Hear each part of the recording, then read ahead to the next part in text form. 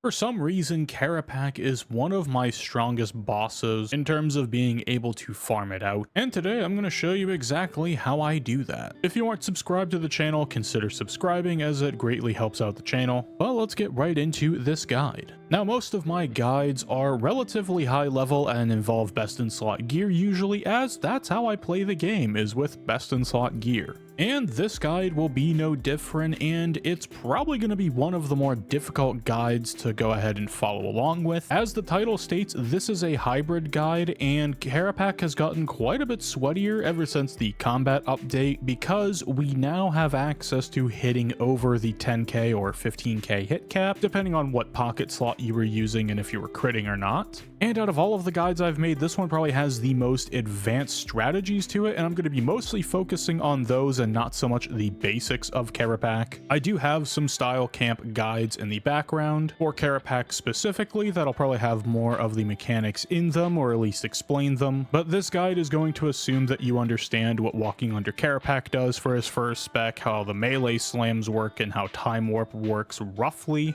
and I just wanted to put a quick disclaimer out on that. So as always, we're going to start off with the gear used. This is a magic and melee hybrid setup, and each part is relatively straightforward. The magic portion is relatively straightforward. There isn't too much going on here, and the melee is pretty straightforward as well as far as melee goes. So it might look like a confusing inventory, but if you break it down into its parts, it's a little bit easier to understand, and then you can put them back together later. So for starters, I have the 4-piece vestment set. This has a C4R5 Impatient for mobile on it. Mobile is fine with Barge. You get Barge Adren even with mobile on gear. Very handy. Definitely recommend having that set up. And on the bottom here, the important perk to have is Genocidal somewhere on your gear. I recommend only doing Kerapac when you have a node on Dragonkin task, as it will help out with kill times. You get the Slayer Helm buffs, you can get Genocidal buffs, and those extra bits of damage will definitely add up. I have Undead Slayer, Dragon Slayer on here for some other stuff that I'm doing and other bosses I do. You could just replace this with Enhanced Devoted 4 and that would work perfectly fine. Grim is here because we're focusing on crits with this one and spamming out D-claws, spamming out different specs and whatnot, getting a bunch of adrenaline from crit buffing alts, and the 12% crit chance is nothing to sneeze at in that regard. I do have my DBA equipped so that way I don't forget to use the spec when building on the adrenaline crystal over there. For standard melee weapons, I'm just using the Lang swords with standard best in slot perks. The quiver holds Hydrix bolts for a Gricko swap. If you just want to put Hydrix bolts here, the quiver doesn't really make that much of a difference. The crit chance from Reaver's Ring I find the most useful here, and it works with both combat styles, so just go ahead and use that. And like I say in all of the guides, get the Zuck cape. Either the normal mode capes will work, or if you want a hybrid and save inventory space like in this one, you'll probably have the hard mode Zuck cape.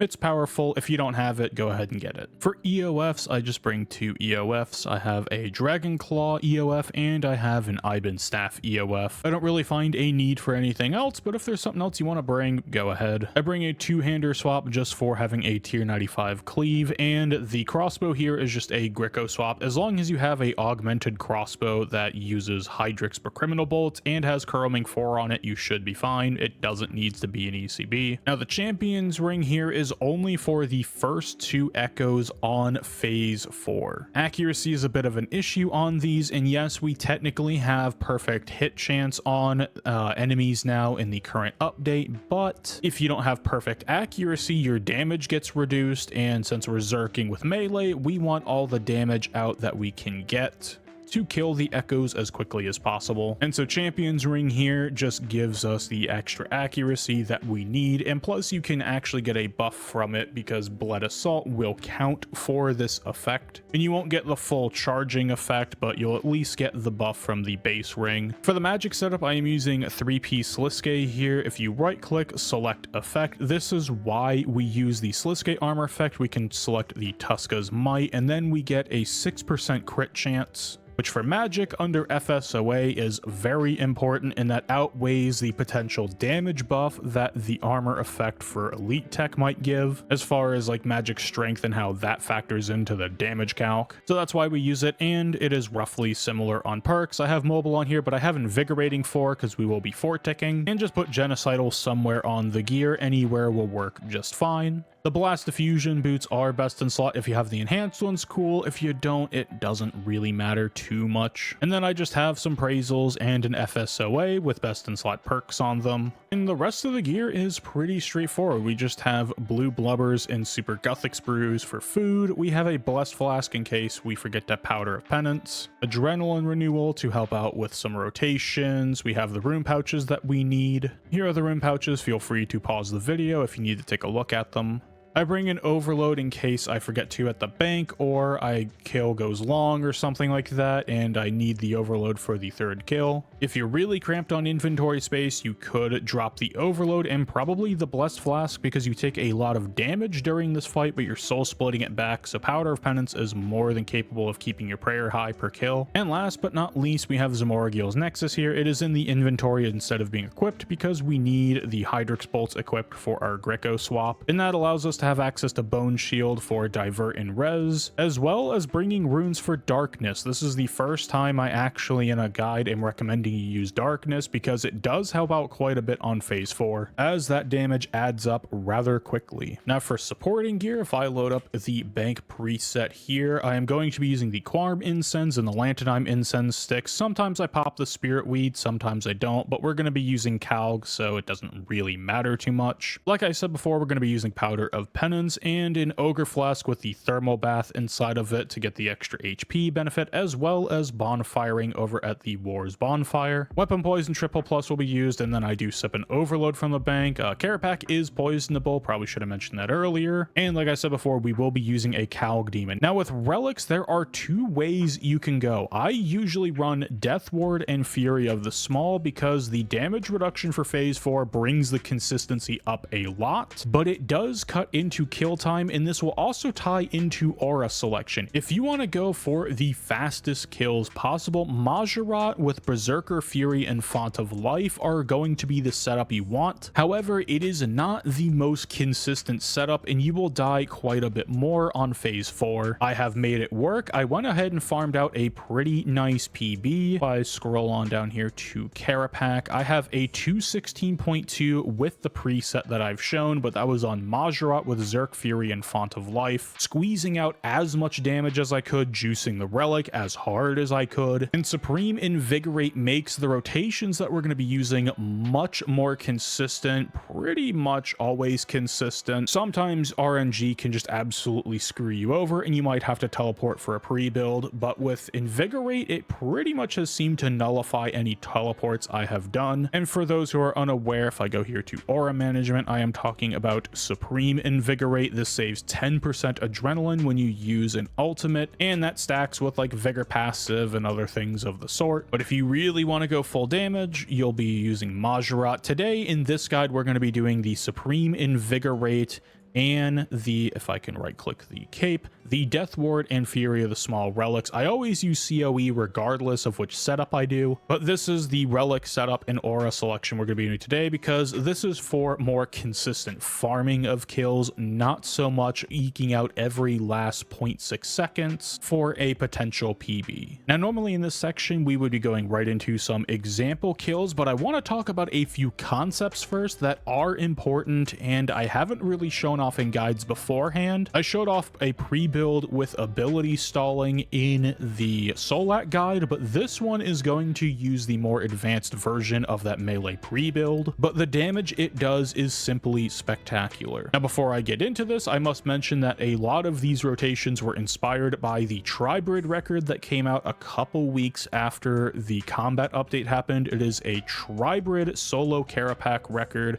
I believe it was the first sub 2 ever. I'll leave a link in the description below to that record vid. It was by RSN I Call Dibs. Shout out to him. But the two ideas I want to talk about are just that: pre-building and stalling. So all pre-building is a fancy way to say that you're doing some abilities to get up a couple buffs before you go into a boss fight to make it easier for you or faster for you. Things like having natural instinct going, as well as a crit buffing ultimate like a meteor or an incendiary shot. So that way, instead of just doing a normal berserk rotation, you're going in with your Zerk already having the crit buff active, so you're gaining adrenaline, plus you're getting double adrenaline for the first little bit of your Zerk because Natty is involved. And in short, you can get out a lot more declaw spam, you can get out a bunch of more abilities in your rotation that you normally wouldn't be able to do with just sipping an A-pot. And that is the reason people will do pre-builds, is either to make the first phase of a boss easier, to make the individual times of the boss easier. Most pre-builds work out to be roughly the same kill speed as just running in and skipping them, but in some cases it is faster to pre-build, which is nice to see because if you put in more effort, you should probably be rewarded for it. But that leads us into the next concept known as ability stalling, which is a fancy term for saving an ability for later. The way to stall an ability is to cast the ability outside of the maximum attack range of whatever weapons you're doing. And the easiest way to demonstrate that is with melee weapons like these crystal daggers here, because the attack range, if you highlight over it, is 1. Just under attack right there for 2.4 seconds, it says range 1. That is 1 tile of range that you have. So if I stand here 2 tiles away from the target, because the target is tile 0, this is tile 1, and here's tile 2, and I click attack, my character will walk into tile 1 to then attack the target. But if I sit here and spam click the ground and click an ability, notice I don't go over to the target. I will stay here indefinitely until I move over to the target, and I will keep my ability stall so long as I stay in combat. So again, if I just poke this as a target, I am now in the combat stance. You can see my swords are up and whatnot, and if I stall an ability here and then walk in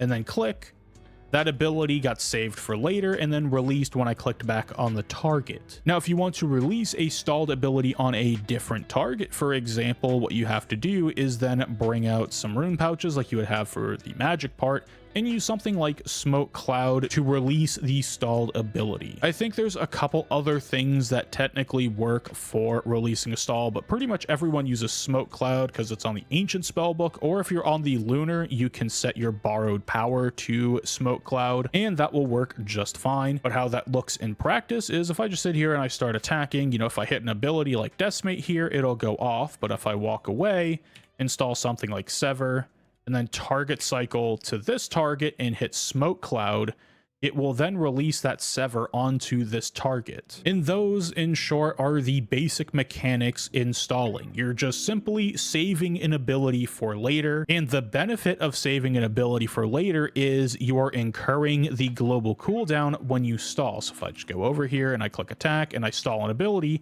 it goes and triggers the global cooldown. So if I walk back in, I can release with another ability. As you see, the Sever went out and I hit Decimate and I didn't have to incur that global cooldown again. So when coming out of things like soft caps at bosses, you can then release a bunch of damage on tick 0 after that soft cap. Or say you're starting a boss fight, you can have a massive amount of damage come out on tick 0 as while you're zerked and you have your natty up and everything else and you're doing your big rotation to then skip certain mechanics of that phase. Now in the example of Kerapac, we're doing this to skip the melee slams, and typically all of the damage will be done at least by the end of the magic attack where you run under, but on average it's kind of done around magic auto 1 or 2. But the whole point of this is to skip the melee slams because that does save time on the boss fight itself. Now if you're still here in this video, congratulations. I don't think most people make it to this point, or they click over to the example kill and get confused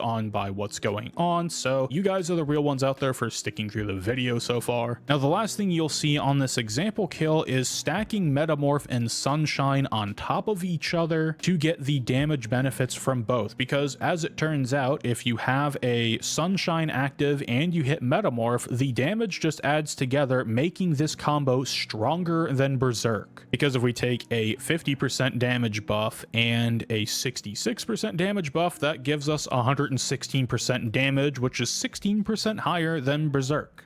Now, normally when you hit Sunshine, Metamorph will also go off cooldown, but since we have the Time Warp mechanic at Kerapac on phase 2, we can go ahead and take advantage of this because we'll hit a Sunshine during our Time Warp and then get refreshed back to 100% once the Time Warp completes, and then we'll be able to press Metamorph because that cooldown has been reset by the Time Warp mechanic. And as you'll see in the example kill, it leads to some hilarious damage stacks. You'll see Omni Power hitting 18Ks. You'll see Wild Magic hitting like 18 and 16Ks. Tendies will do a bunch of damage. It is absolutely hilarious to see and very convenient for us wanting to speed through the entire boss. Now, this has been possible the whole time at Kerapac, but the hit caps that we had before the March combat update really made this a moot point because Sunshine or Metamorph was already hitting pretty close to those hit caps. But now caution has been thrown to the wind and we can do whatever we dang well please. So with all of that information bombarding you, let's actually get into an example kill. Alrighty, we have the preset loaded up and ready to go. So what we're going to do here, we're at the adrenaline crystal. We have everything set up. We're at maximum adrenaline, and I'm going to zoom out just enough so I can click on this training dummy right here. That'll be useful for this pre-build. Also, for this example, I'm going to leave no board up and my webcam so you can see exactly what I'm doing. And hopefully that'll help some of you out there understand a little bit easier, but it would look something like this. We'll go ahead and hit our Dragon Battle Axe spec, equip our crossbow,